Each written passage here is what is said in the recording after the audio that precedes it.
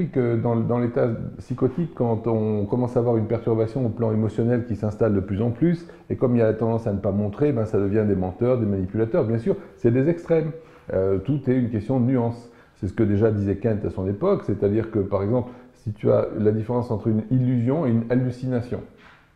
Donc dans une illusion, tu dis, j'ai l'impression qu'il y a quelqu'un qui marche sur le plafond, mais tu sais que c'est une impression.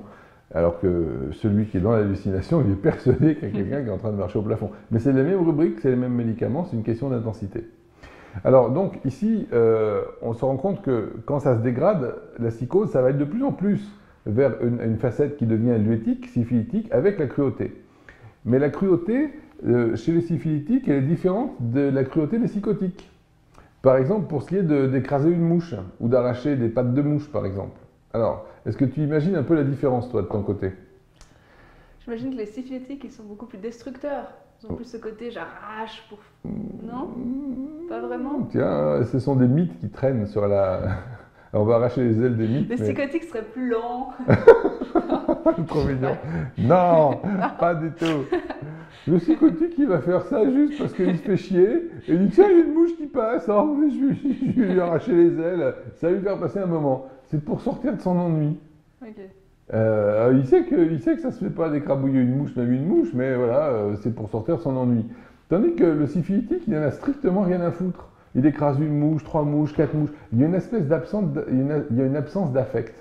Ok, c'est des gros psychopathes en fait. Il commence à être très psychopathe, c'est-à-dire qu'en fait le mec il se réunit à midi avec ses acolytes, ils se font leur petit repas tranquille. Alors aujourd'hui, comment on peut améliorer le rendement? On peut en tuer 100 000 par jour, comment peut-on faire, etc. Et extrêmement dans le business, absolument sérieux, réfléchi, totalement délirant, dans le sens qu'il y a une déconnexion complète de l'affect. Alors ça c'est l'état vraiment syphilitique. Donc le psychotique il va faire ça plus par ennui, tu vois. Alors après, bien sûr, tu as les dérèglements, on verra, des gens comme le marquis de Sade et compagnie, on arrive là dans la syphilis bon teint, là aussi par ce côté de tirer jouissance de la cruauté.